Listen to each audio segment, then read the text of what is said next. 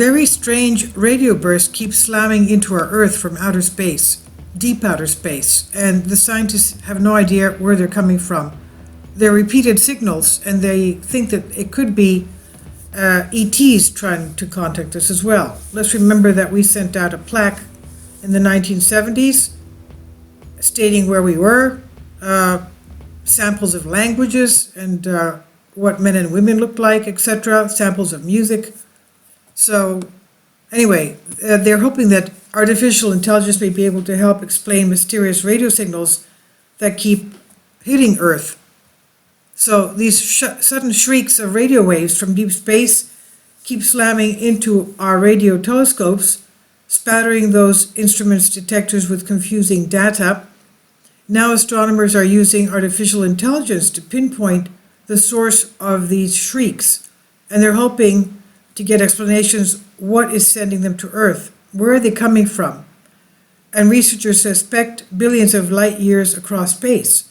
Usually these weird, unexplained signals are detected only after the fact, when astronomers notice out-of-place spikes in their data, sometimes years after the incidents.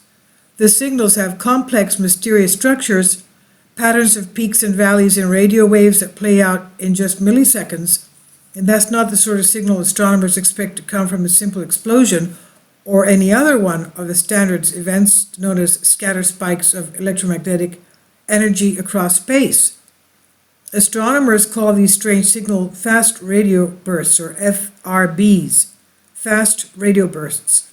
And ever since the first one was uncovered in 2007, using data recorded in 2001, there's been an ongoing effort to pin down their source. But these FRBs arrive at random times and places, and existing human technology and observation methods aren't well primed to spot these signals. Now, in a paper published recently in July in the journal Monthly Notices of the Royal Astronomical Society, a team of astronomers wrote that they managed to detect 5 FRBs in real time using a single radio telescope. The animation shows the random appearance of fast radio bursts across the sky. And astronomers have discovered about 85 since 2007 and pinpointed 2 of them.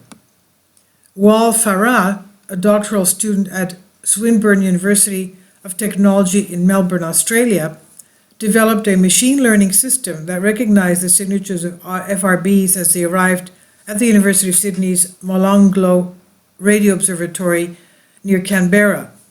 And as Live Science has previously reported, many scientific instruments, including radio telescopes, produce more data per second than they can reasonably store. So they don't record anything in the finest detail except their most interesting observations.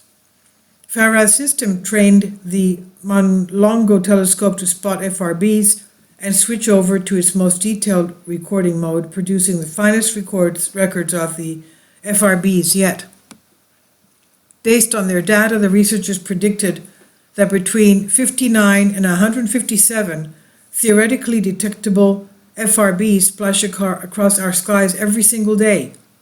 Scientists also used the immediate detections to hunt for related flares and data from X-ray, optical, and other radio telescopes in hopes of finding some visible event linked to the FRBs, but they had no luck. Their research showed, however, that one of the most peculiar and frustrating for research purposes traits of FRBs appeared to be real. The signals, once arriving, never repeated themselves. Each one appears to be a singular event in space that will never happen again. This by Rafti Letzer, NBC News, and it's on Bennett Reality.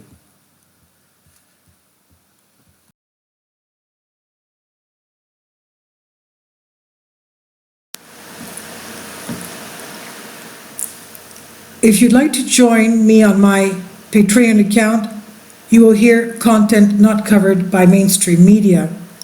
These riveting stories will be based on my research, and I will state my opinions and give my personal insight on diverse and controversial subjects and world events not covered by mainstream media, and not supported by YouTube guidelines. So whatever I have on my Patreon most of those will not be on my YouTube channel.